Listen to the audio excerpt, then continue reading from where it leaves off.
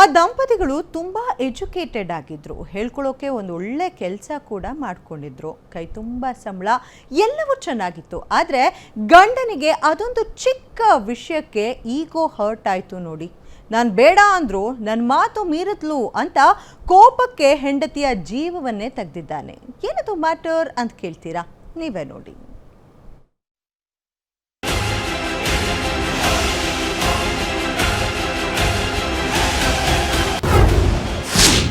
Shopping ಹೋಗಿದ್ದಕ್ಕೆ ಪತ್ನಿ ಕುತ್ತಿಗೆ ಮೇಲೆ ಕಾಲಿಟ್ಟು ಹತ್ಯೆ. ಮಗಳು ಕೊಟ್ಟ ಸನ್ನೆಯಿಂದ ಆರೋಪಿ ತಂದೆ ಅಂದರ್. ಸಣ್ಣದಾಗಿ ಶುರುವಾದ ಜಗಳ ಭೀಕರ ಕೊಲೆಯಲ್ಲಿ ಅಂತ್ಯವಾಗಿದೆ. ಈ ಫೋಟೋದಲ್ಲಿ ಕಾಣ್ತಿರುವ ಈತನ ಹೆಸರು ಹರೀಶ್ ಅಂತ, ಹೆಂಡತಿ ಹೆಸರು ಪದ್ಮಜಾ. ಬಿಇ ಮುಗಿಸಿ ಮದುವೆಯಾಗಿದ್ದ ದಂಪತಿ ಒಳ್ಳೆ ಕೆಲಸದಲ್ಲಿದ್ರು, ಇಬ್ಬರು ಮಕ್ಕಳನ್ನ ಚೆನ್ನಾಗಿ ಸಾಕ್ತಿದ್ರು. ಆದ್ರೆ ಸಂಸಾರದಲ್ಲಿ ಆಗಾಗ ಕಿರಿಕ್ ನಡೀತಾ ಇತ್ತು. ಇತ್ತೀಚೆಗೆ ಹರೀಶನ ಕೆಲಸ ಹೋಗಿತ್ತು. ಇದರಿಂದ ಸಂಸಾರದಲ್ಲಿ ಮತ್ತಷ್ಟು ಸಾಮರಸ್ಯ ಕೆಟ್ಟಿತ್ತು ಎನ್ನಲಾಗಿದೆ. ಇನ್ನು ಪದ್ಮಜಾ ಕೆಲಸಕ್ಕೆ ಹೋಗಿ ಬರ್ತಿದ್ರು. ಕೆಲಸ ಕಳೆದುಕೊಂಡಿದ್ದ ಹರೀಶ್ ಹೆಂಡತಿ ಜೊತೆ ಪ್ರತಿದಿನ ಕಿರಿಕ್ ಮಾಡಲು ಶುರು ಮಾಡಿದ್ದ. ಇದೇ 7ನೇ ತಾರೀಕು ಪದ್ಮಜಾ ಶಾಪಿಂಗ್ ಅಂತ ಹೋಗಿದ್ರು. ಇಷ್ಟಕ್ಕೆ ಕೆರಳಿ ಕೆಂಡವಾಗಿದ್ದ ಹರೀಶ್ ಹೆಂಡತಿ ಜೊತೆ ಗಲಾಟೆ ಶುರು ಮಾಡಿದ್ದ. ತನ್ನ ಮಾತು ಮೀರಿ ಶಾಪಿಂಗ್ ಹೋಗಿದ್ಲು ಅನ್ನೋದಕ್ಕೆ ಅವನ ಈಗೋ ಹರ್ಟ್ ಆಗಿತ್ತು. ಇದೇ ಕಾರಣಕ್ಕೆ ಜಗಳ ತೆಗೆದು ಆಕೆಯ ಕುತ್ತಿಗೆ ಹಿಸುಕಿ ಕಾಲಿನಿಂದ ಕುತ್ತಿಗೆ ತುಳಿದು ಕೊಲೆ ಮಾಡಿಬಿಟ್ಟಿದ್ದ.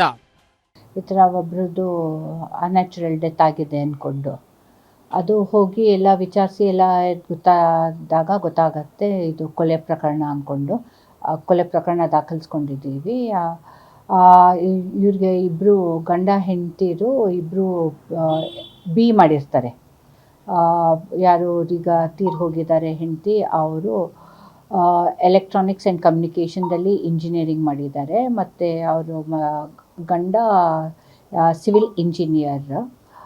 ಇಬ್ಬರು ಮಕ್ಕಳಿದ್ದಾರೆ, ಹೆಣ್ಮಕ್ಳಿದ್ದಾರೆ. ಒಬ್ಬಳು 3.5 ವರ್ಷ, ಇನ್ನೊಂದು 1.5 ವರ್ಷ ಅಂದ್ಕೊಂಡು ರಾತ್ರಿ ಗಂಡ ಹೆಂಡತಿರ ಮಧ್ಯೆ ಗಲಾಟೆ ಆದಾಗ ಗಲಾಟೆ ವಿಕೋಪಕ್ಕೆ ಹೋಗಿ ಗಂಡನೇ ಹೆಂಡತಿಗೆ ಕೊಲೆ ಮಾಡಿರೋದು ಕಂಡು ಬಂದಿದೆ.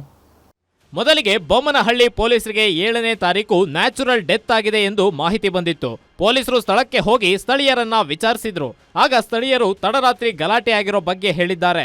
ಆದರೆ ಪ್ರಜ್ಞೆ ತಪ್ಪಿ ನನ್ನ ಹೆಂಡತಿ ಸಾವನ್ನಪ್ಪಿದ್ದಾಳೆ ಎಂದು ಆರೋಪಿ ಪತಿ ಹರೀಶ್ ಪೊಲೀಸರ ಮುಂದೆ ಕತೆ ಕಟ್ಟಿದ್ದ. ಆದರೆ ಪೊಲೀಸರಿಗೆ ಹರೀಶನ ಮಾತಿನ ಮೇಲೆ ಅನುಮಾನ ಬಂದಿತ್ತು.